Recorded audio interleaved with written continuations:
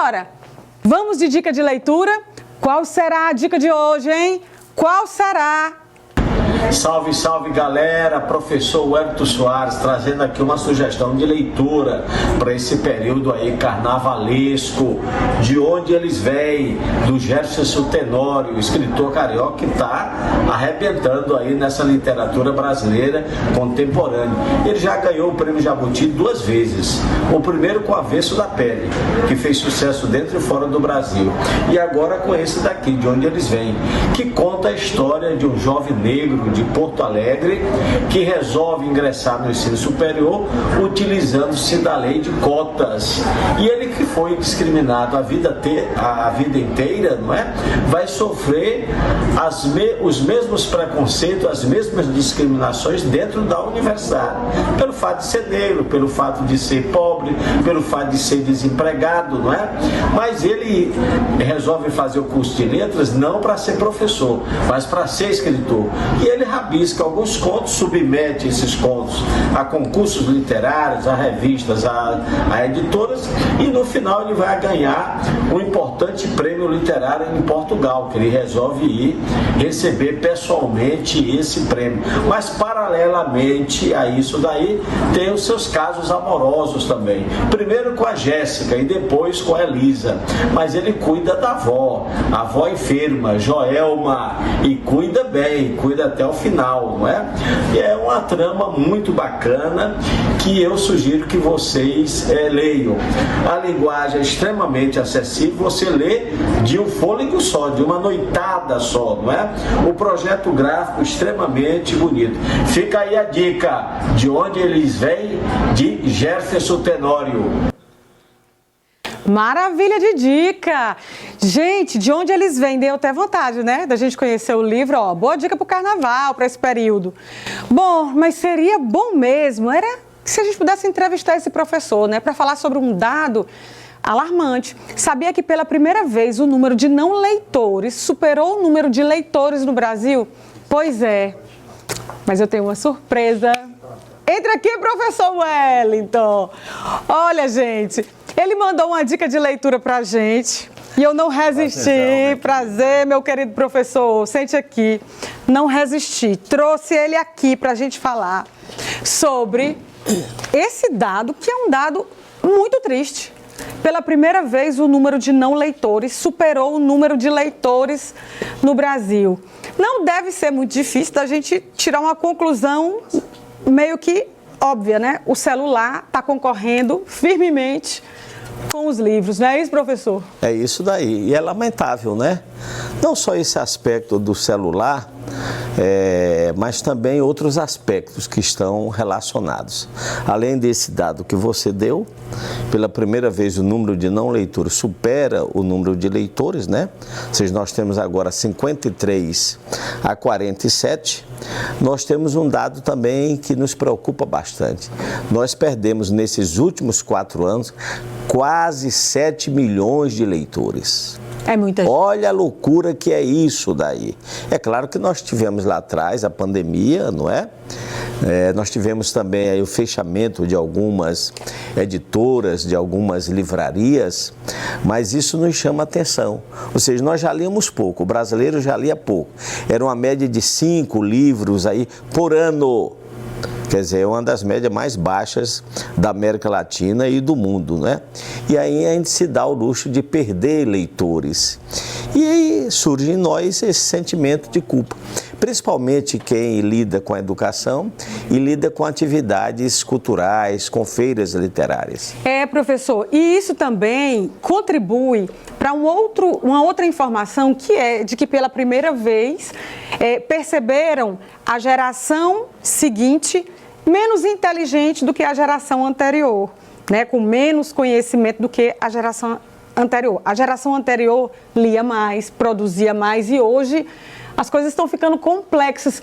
Dá para a gente traçar um panorama de um país que segue esse caminho, né, que abandona a leitura, apesar de todos os esforços que são feitos para que a educação reviva. Os leitores estão abandonando o barco. Tem como a gente traçar um panorama do que vem pela frente? Olha, o panorama é esse aí. Basta a gente pegar, por exemplo, o resultado do Enem. Sim. A prova de redação, que é uma das mais valorizadas, vale 1.000 pontos. Neste último Enem, 2024, somente 12 alunos tiraram a nota máxima. Ou seja, a nota de excelência de 1.000 pontos, em um universo de mais de 3 milhões de candidatos que fizeram a redação. Isso significa menos de 1%, isso significa menos de 0,5%. Ou seja, a leitura precede o ato da escrita. Como o nosso alunado não está lendo, ele é incapaz de produzir uma redação com 30 linhas. Então isso preocupa, porque como a educação brasileira vive em função do Enem, que é o nosso maior vestibular, isso respinga na educação de um modo geral. E aí o MEC, tá certo, o INEP tem uma parcela de culpa. Eu acho que você é da época em que Sim. as nossas universidades, né, adotavam lista de livros. Isso. O Enem não cobra essa lista de livros, as escolas também não cobram. Então, nós achamos que o celular vai, vamos dizer, substituir, não vai. Porque eu te digo uma coisa, se esse livro impresso, o livro físico, estiver sendo substituído pelo livro digital, vai lá, mas não está. Não. Esse é o problema, não está. E nem pelo audiobook, o audiolivro também não está. Então isso significa dizer que se nós não tivermos políticas públicas voltadas para isso daí, e começa o quê? Começa na família. Eu acho que os pais têm que dar exemplo, né? Tem que levar os filhos a feiras, tem que sugerir livros, tem que ler, porque não basta apenas pedir ou querer que os filhos sejam leitores se os pais não são leitores. Tem que dar uma mesada para que o filho compre livro mensalmente. Isso é muito importante, porque nessa pesquisa, que é a sexta já realizada do Prolivro, não é? Pelo o Prolivro, ficou constatado o seguinte, que a própria escola, que tinha um protagonismo em indicar os livros, em sugerir, em adotar, em cobrar, não faz mais esse papel. E se nós formos observar, o número também, tá certo, de pessoas que leem um livro inteiro, aí é que o desastre é maior. Ou seja, as pessoas estão lendo pedaços, trechos de livro. Mas quando vai para um livro inteiro, aí a situação piora. E aí você pode perguntar, e professor, e o que é que eles alegam para não estarem lendo? Sabe qual é o principal motivo alegado? Falta de tempo. Ora, falta de tempo, por outro lado, tem tempo para ficar com o celular, nas redes sociais.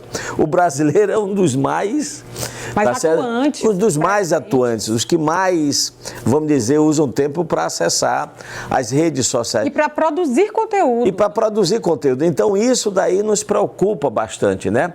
Nós temos que mudar essa realidade urgentemente. Olha, eu acho que essa informação que você trouxe lá do vestibular, quando os livros eram cobrados, eu percebi uma perda muito grande aqui no Piauí quando deixaram de cobrar os livros da literatura piauiense. Cada vez mais as pessoas leem mais literatura piauiense. E agora, né, isso se expande para o cenário nacional.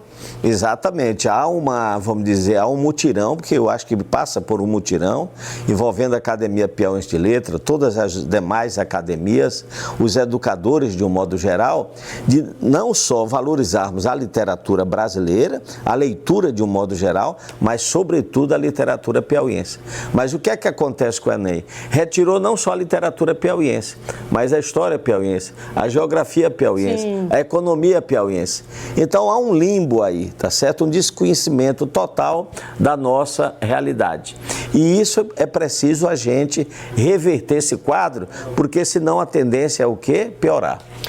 Professor, eu fico muito orgulhosa quando eu vejo assim, os seus esforços, né, em prol da literatura piauiense. Você que já escreveu e que também se esforça bastante, né, na produção da Feira da Literatura Piauiense.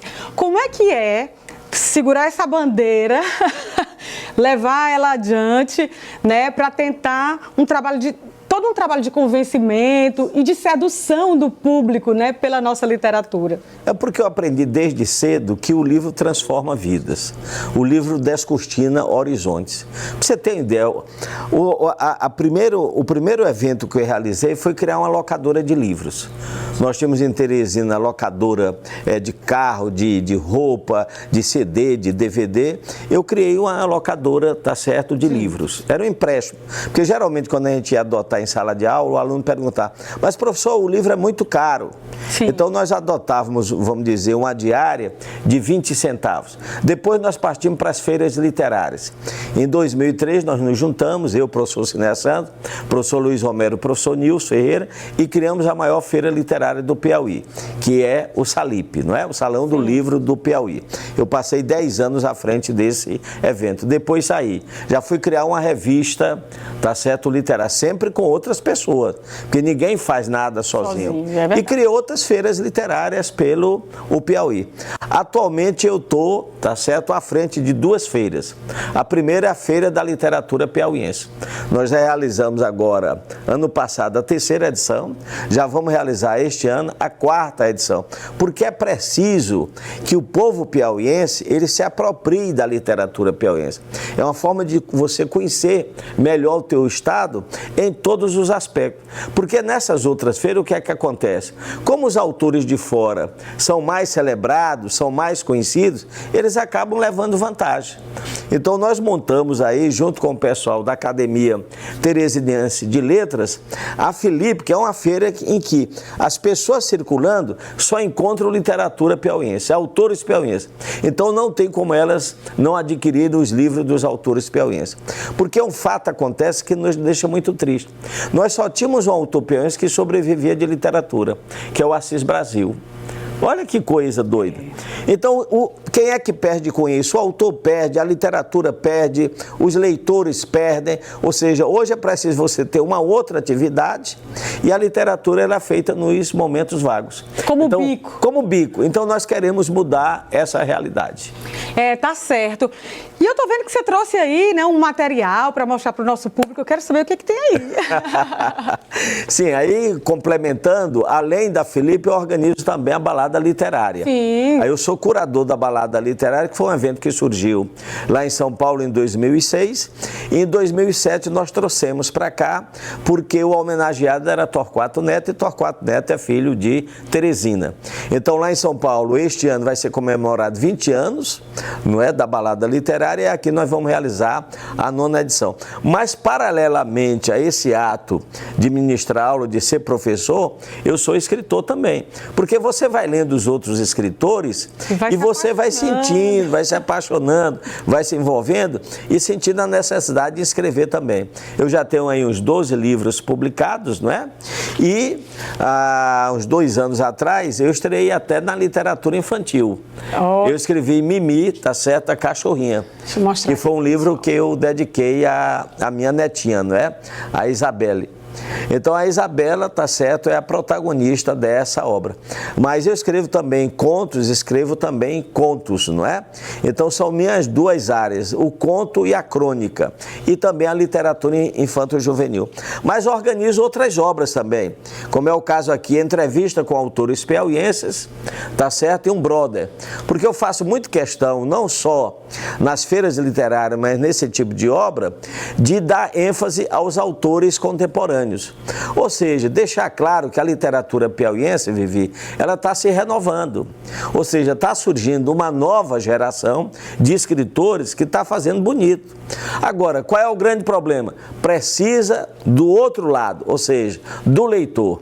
Hoje nós temos obras e estão faltando leitores, porque a obra ela só se complementa, não é, com a presença do leitor. Hoje nós podemos até dizer que o leitor é tão importante quanto o escritor. Ele é um coautor da obra. E o último lançamento que eu fiz foi essa coleção, através da Lamparina, foi a editora que eu criei, não é? E eu lancei agora Como e Por que Me Fiz Escritor.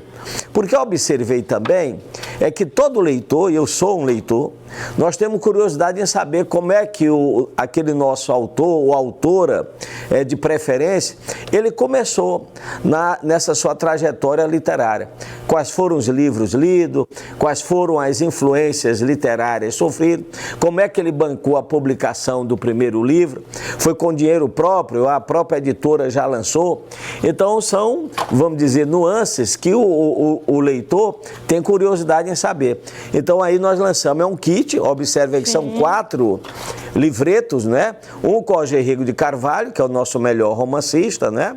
O filho de, tá certo, de Oeiras, né? Trouxe Natan Souza, trouxe também o João Luiz Rocha do Nascimento e também a Sérgia Alves. São 3 autores contemporâneos e um, vamos dizer assim, canônico, um clássico. Professor, gostei demais. Tenho certeza que depois desse dado, os pais estão perguntando como é que a gente faz para criar o hábito da leitura. Tem dica? Tem. Que a gente possa se tornar um leitor? Tem dicas. Então a coisa é você começar. Tá certo? E aí você tem várias escolhas. Você pode começar pelos clássicos, aqueles autores já consagrados, mas pode começar pelos autores contemporâneos. As mulheres estão escrevendo muito, as mulheres negras também estão escrevendo muito, e isso daí é favorável. Se você não quer começar pelo romance, comece por um livro de crônicas, ou por um livro de contos, ou comece pela poesia. Mas o importante, eu tenho esse hábito, é sempre ter na cabeceira da cama um livro. Antes de dormir, eu vejo as pessoas às vezes tomando o remédio para poderem dormir. Não tem, tá certo, remédio melhor do que o livro. Comece a ler, tá certo? O sono vai chegar. E é uma maneira de você viajar. Nós vivemos numa vida tão agitada, tão atribulada, que a leitura nos faz descolar desse mundo real e a viajar por outros mundos. Maravilha! Tá aí a dica de um leitor, quanto mais. Professor Wellington, leitor, escritor, muito obrigada pela sua presença. Eu é que agradeço esse espaço, parabenizo, parabenizo aí pelo programa Obrigada. Viva Educação, né? Porque pela educação passa tudo, né? Eu assisti ao depoimento aí do João Vitor, né? Que maravilha, tá certo? Você vê um aluno de escola pública ascender, e eu não tenho dúvida que ele é um leitor.